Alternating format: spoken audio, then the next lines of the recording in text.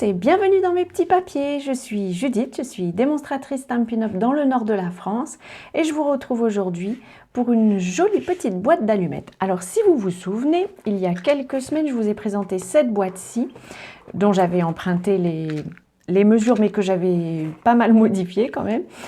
Mais en tout cas, cette boîte permettait de recevoir une bougie et pourquoi pas une petite boîte d'allumettes pour pouvoir allumer la bougie. Ceci dit, j'ai réalisé cette boîte plusieurs fois en atelier et en fait les participantes ont plus envie de mettre une autre gourmandise ou quelque chose comme ça.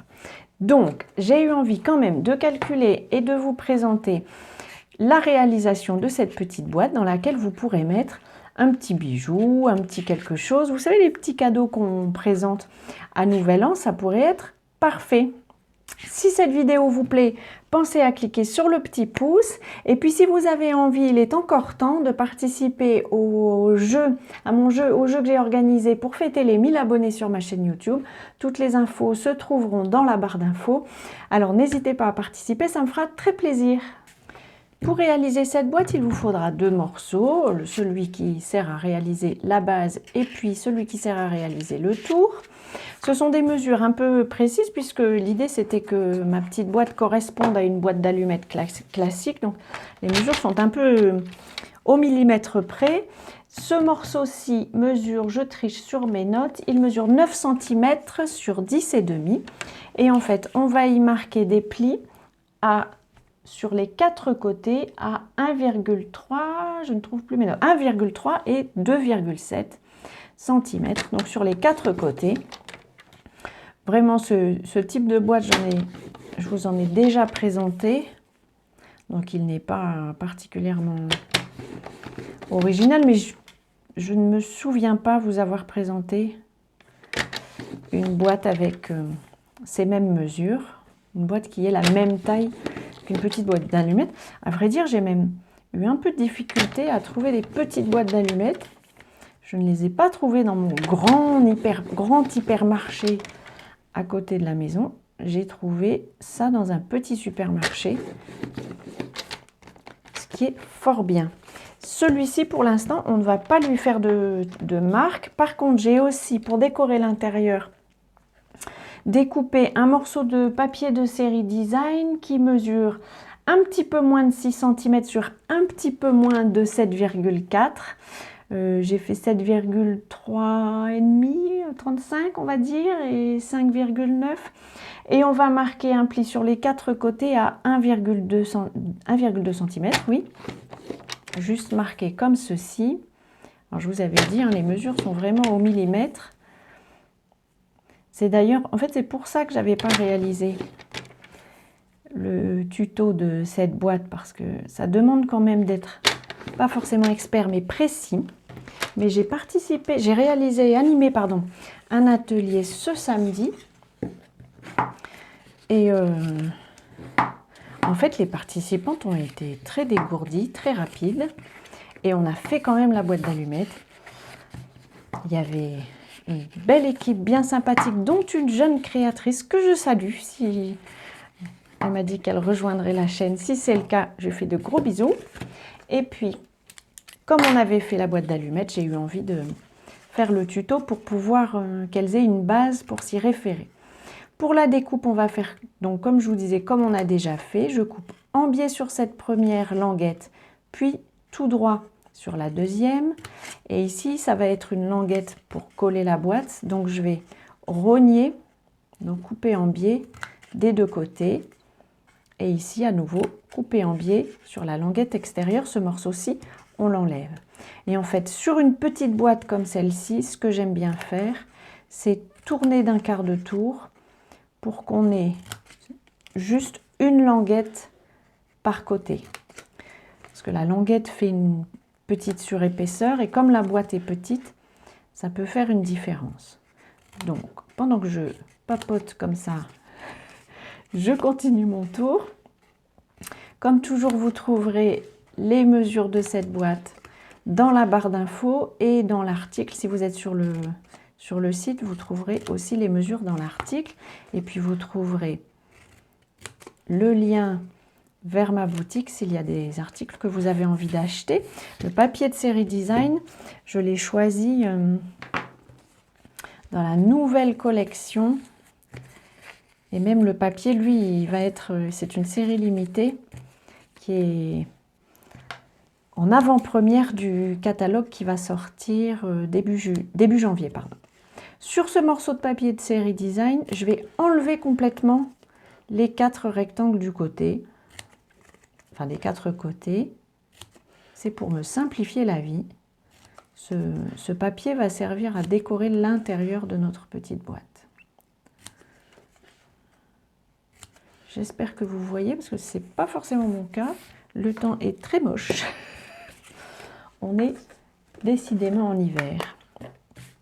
Pour coller cette boîte, on va la placer comme ceci. Donc, elle va se refermer dans ce sens. Et en fait, on va mettre de l'adhésif sur les languettes ici, à l'extérieur. J'utilise, comme c'est une boîte, de l'adhésif CCLé+, pour être certaine que le tout tienne bien.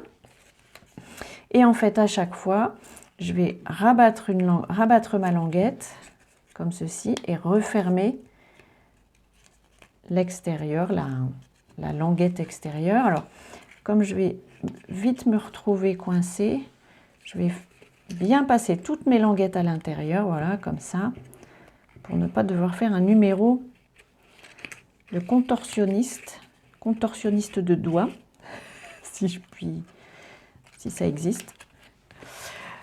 Alors, je continue, je rabats à chaque fois. Et là, j'ai ma dernière languette qui est ici. Et je rabats mon dernier côté.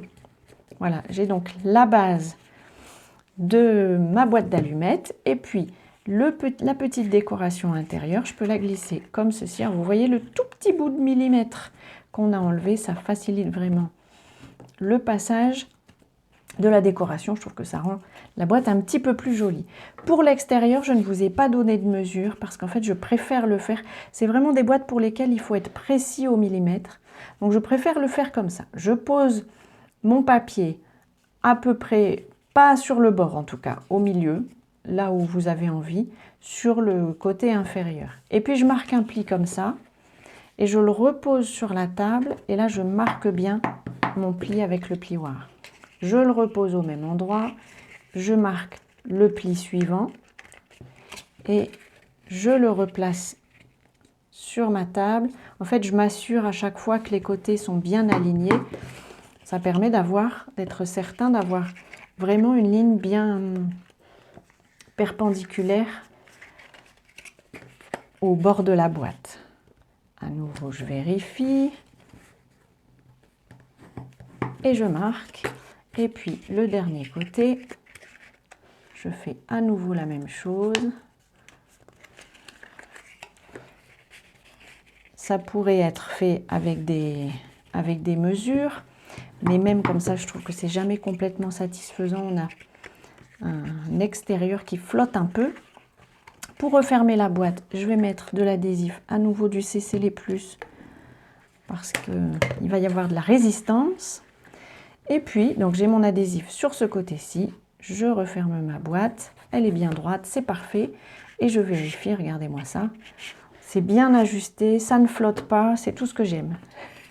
Et puis pour la décoration, j'ai eu envie de remettre un petit morceau aussi de papier de série design qui vient de la même collection du Jardin d'Éden. En plus, je trouve que celui-ci, il est parfait aussi pour les fêtes, probablement parce qu'il y a du vert et du doré. C'est même les couleurs que j'ai choisies pour la décoration de ma maison cette année. Et puis, j'ai envie d'y mettre quand même un tout petit souhait qui pourra fonctionner si on le glisse dans la boîte, mais on n'est pas obligé.